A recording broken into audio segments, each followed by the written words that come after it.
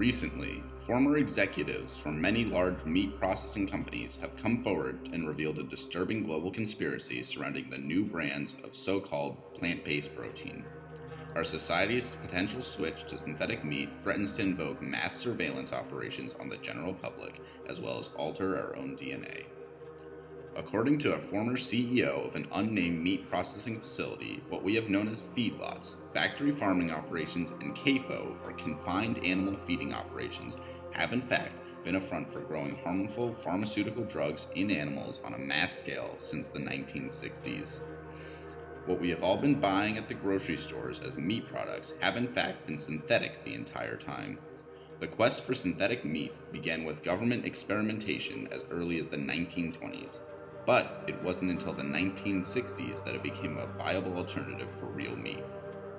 What is now being sold as plant-based proteins are in fact early prototypes for synthetic meat that have recently entered production, but this time with a disturbing secret. More on that later. The original push for fake meat began as a governmental attempt to combat hunger during the Great Depression, though it was pushed to oblivion by rapidly emerging modern farming techniques, which made it, for the time being, impossible to bring to market.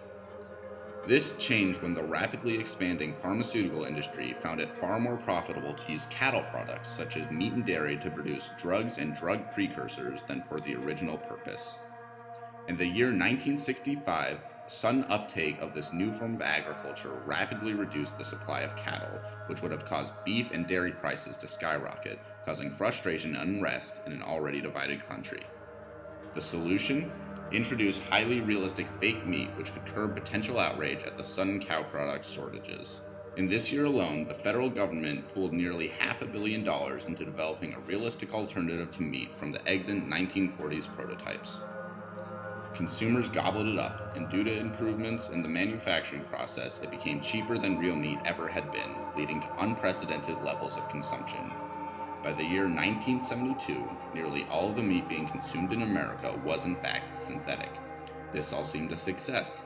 Consumers were happier than ever, if being lied to, and the cattle industry was able to better repurpose its stock.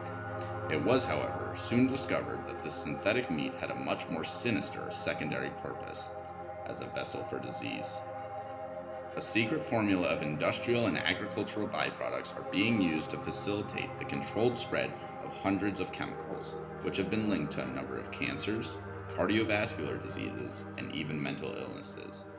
The government's intentions in spreading these chemicals are unclear, but what is clear is that the next phase of the plan is even more sinister. In the last few years, many have seen new forms of synthetic meat hitting the market, except this time it is actually being marketed as synthetic.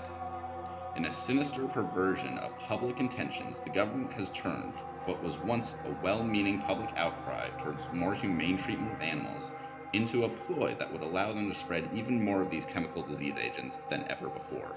Products such as Beyond Beef and the Impossible Burger are the first markedly synthetic meat to be sold to consumers. While it seems inadvisable to consume any of these products, many of us have and have come to the same conclusion. It tastes similar to, but not quite like, what we know as meat. You see, while these dangerous chemicals are undetectable to most people, many notice it as an off or otherwise chemically flavor.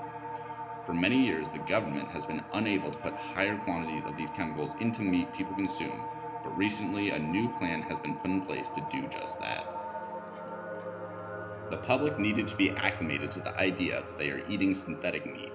Plant-based proteins are in fact early prototypes of synthetic meat, but over the course of the next few years we will see a shift as more and more realistic, markedly synthetic meat hits the market.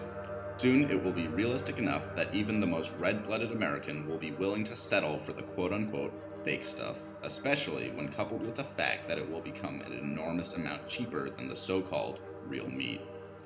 The only perceptible difference? A slightly off or otherwise chemically flavor resulting from higher concentrations of these dangerous chemicals.